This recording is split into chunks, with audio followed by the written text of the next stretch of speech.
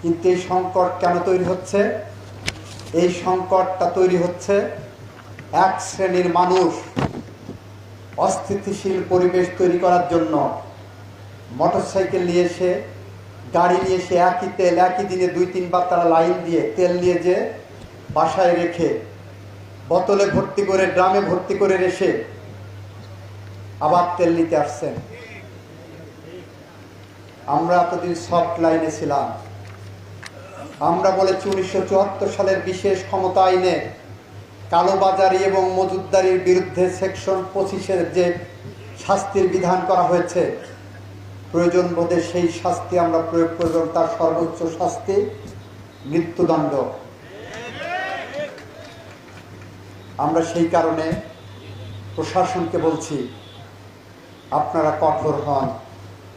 আমরা আপনাদেরকে সাথে অতন্ত্র প্রহরীর মতো আমার সংগঠনের নেতাকর্মীরা থাকবেন।